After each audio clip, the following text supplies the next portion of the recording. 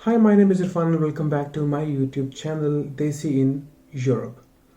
So आज की video में हम डिस्कस करेंगे कि वो कौन कौन से ऐसे तरीके हैं by which you can come to Germany, whether it's employment, study or any other legal purpose.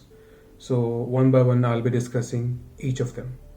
So सबसे पहले बात कर लेते हैं जो मोस्ट कॉमन पर्पस है जिसके थ्रू लोग आते हैं जर्मनी में, वो है studies.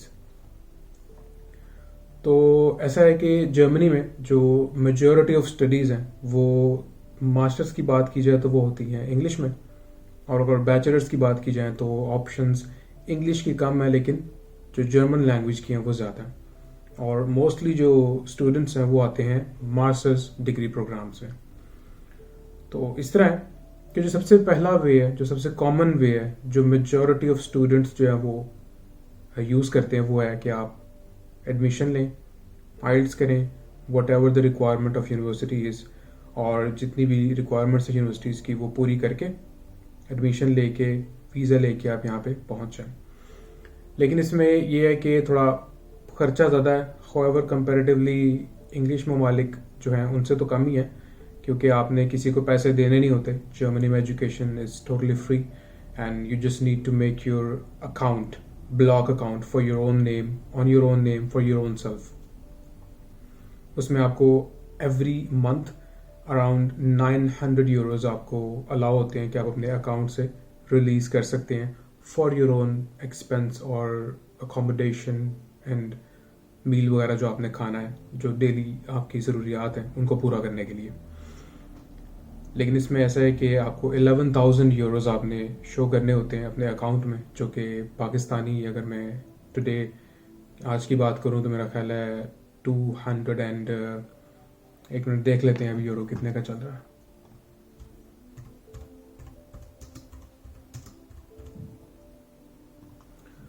So 1 euro is equivalent to 216.82. So I'll consider it 217 euros is equal to, sorry 1 euro है पाकिस्तानी 217 रुपये का। तो मेरा ख्याल है 11,000 यूरोज जो है ना, ये बन जाएगी बात कोई 23 लाख तक शायद। तो इतनी अमाउंट आपके अकाउंट में होनी चाहिए एक साल के लिए। आपको दिखानी, किसी को देनी नहीं है, अपने ही अकाउंट में रखनी है।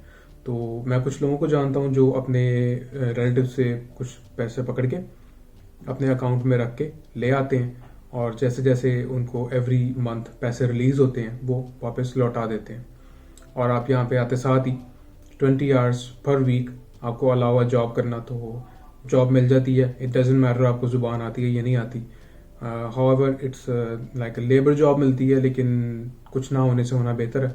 तो आपने इन केस अगर कोई लोन वगैरह लिया हुआ तो आप आके काम स्टार्ट करके आहिस्ता आहिस्ता वो लौटा सकते हैं।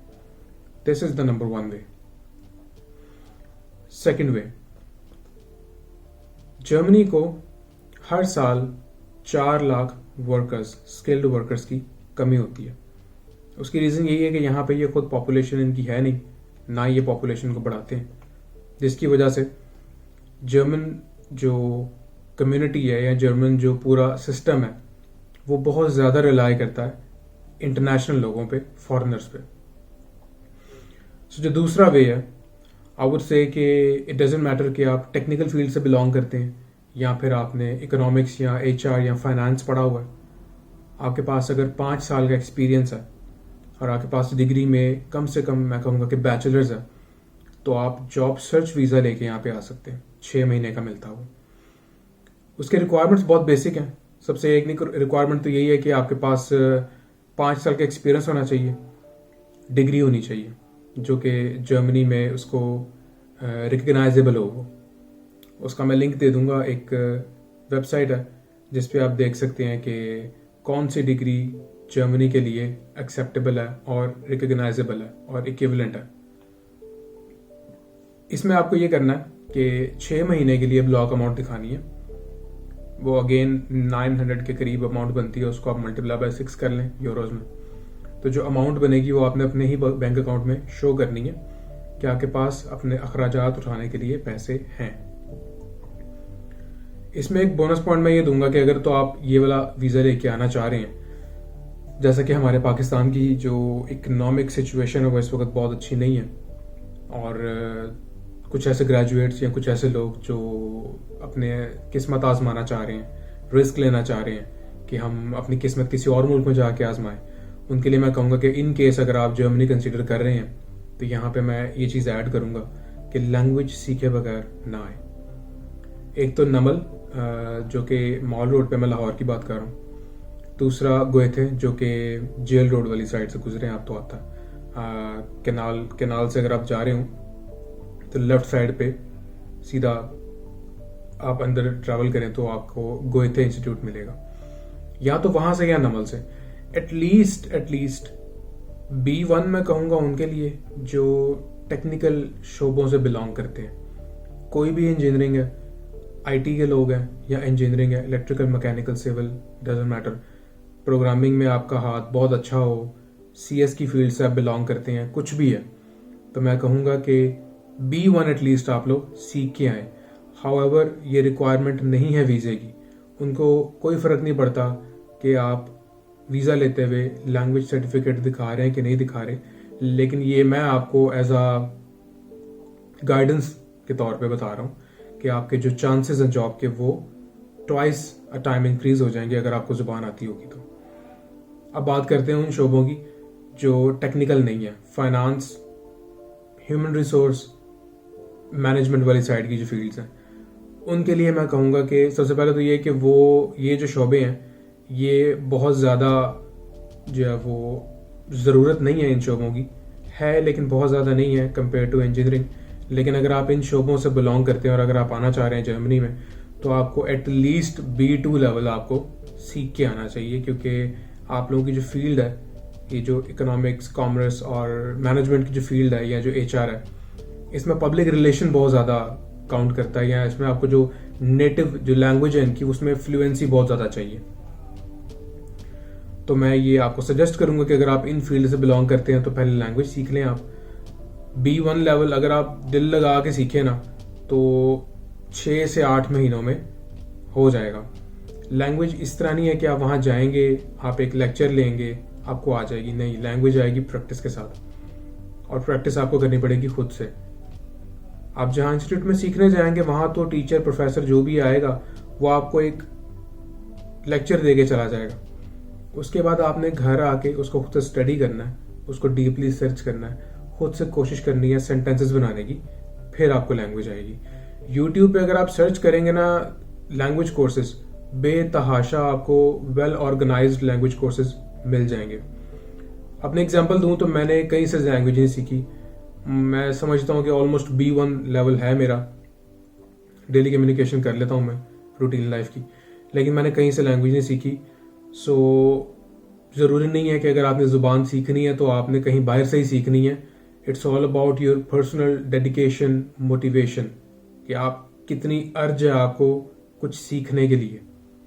तो मैंने कहीं से नहीं सीखी, यूट्यूब, उसके अलावा एक डुओलिंगो ऐप है, वहाँ से आप अपना किक स्टार्ट ले सकते हैं।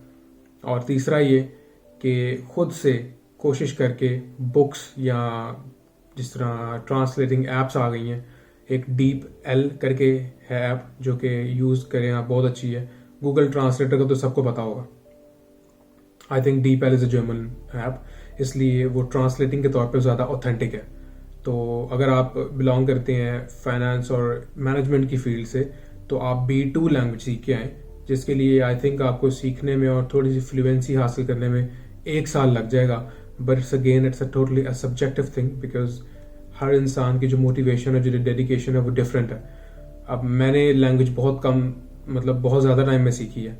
ज़्यादा टाइम में सीखी से मुराद ये कि मैं डिफरेंट चीज़ें साथ साथ कर रहा था, थीसिस और रिसर्च असिस्टेंट की पोजीशन, फिर लैंग्वेज। तो मेरा जो फोकस था वो सिर्फ एक नहीं था लैंग्वेज, मेरे मल्टीपल फोकस मैं पैरेलल लेके चल रहा था, तो इसलिए मैंने स्लोली एंड स्टेडली सीखी है। लेकिन अगर आपका फोकस है कि आपने लैंग्वेज सीखनी है और आप जॉब के अलावा और कुछ नहीं कर रहे, अगर जॉब भी एक डेफिनेटली एक टाइम कंज्यूमिंग एक ड्यूरेशन है आपके दिन का 8 से 10 घंटे, तो आप अपने वीकेंड्स पर टाइम दें, ठीक है। तो डिपेंड करता है, कुछ लोगों की कैपेबिलिटी अच्छी होती है वो जल्दी पिक कर लेते हैं, कुछ लोगों की ज़रा कमज़ोर होती है वो थोड़ा लेट पिक करते हैं। अच्छा, तो B2 लैंग्वेज है उन लोगों के लिए जो बिलोंग करते हैं फाइनेंस और मैनेजमेंट लेवल की फील्ड्स के साथ। तीसरा, इन केस आपकी जो मिसेज हैं या आपके जो फियांसे हैं वो हैं जर्मन नेशनल, तो आप as a spouse visa apply करके, जिसको FRV बोलते हैं, फैमिली रीयूनियन वीज़ा, उसके थ्रू आप जर्मनी एंटर हो सकते हैं। तो ये जो स्पाउस वीज़ा है, ये डेफिनेटली आप का जो स्पाउस है उसको ऑलरेडी जर्मनी में होना चाहिए, वो जर्मन सिटीजन होगा, और वो आपके बिहाफ पे आफ्टर जो निकाह होता है आपका, प्रॉपर मैरिज के तौर पे आपने सारे डॉक्यूमेंट्स अपने तैयार किए होते हैं, उसकी रिक्वायरमेंट है एक, वो सारी आपने फुलफिल करनी है, तो आपको जॉब सर्च वीज़ा मिल जाएगा। सॉरी, जॉब सर्च नहीं, फैमिली रीयूनियन वीज़ा। और फैमिली रीयूनियन वीज़े पे अगर आप आए हैं तो आपको अलाउ है, आप काम भी कर सकते हैं। ये 3 वेज हैं जो मैं इस वक्त सजेस्ट करूंगा आपको कि अगर आप कंसिडर कर रहे हैं जर्मनी को, और आप देखें कि आप कौन सी कैटेगरी में फॉल करते हैं। इसके अलावा एक और तरीका हो सकता है जो कि है लैंग्वेज। मैंने अक्सर लोगों को देखा है जो कि लैंग्वेज सीखने आते हैं। तो अगर आप लैंग्वेज सीखने आना चाह रहे हैं तो मैं उस वीज़े के लिए सजेस्ट नहीं करूंगा। उसकी रीज़न ये है कि लैंग्वेज आप अपनी कंट्री में भी सीख सकते हैं। तो अगर आप लैंग्वेज का कोर्स आप एडमिशन लेते हैं और आप कहते हैं कि मैं लैंग्वेज सीखने जा रहा हूँ सिर्फ, और अगर आपसे वीज़ा जो ऑफिसर है वो पूछ ले, ये सवाल कर ले विद इन द इंटरव्यू कि यही कोर्स तो आप पाकिस्तान से भी कर सकते हैं, so why you are going to study the particular course to Germany, तो वो फिर थोड़ा सा शेडी केस हो जाएगा कि उसमें मैं कहूँगा कि हो सकता है वो आपको वीज़ा दें या ना दें। It's totally depends upon your luck. तो जो लैंग्वेज वाला है उसको आप भूल जाएं, लैंग्वेज खुद से करें। पाकिस्तान में बड़े अच्छे इंस्टीट्यूट हैं, गए थे, it's number 1 institute for learning German in Lahore. Second number पे मैं कहूँगा कि नमल यूनिवर्सिटी है। तो या these are the ways by you can see that in which category you fall and apply accordingly and come to Germany for a better life, better future, better earning. हम मिलेंगे किसी और वीडियो में किसी नए टॉपिक के साथ। Till then अपना ख्याल रखिएगा।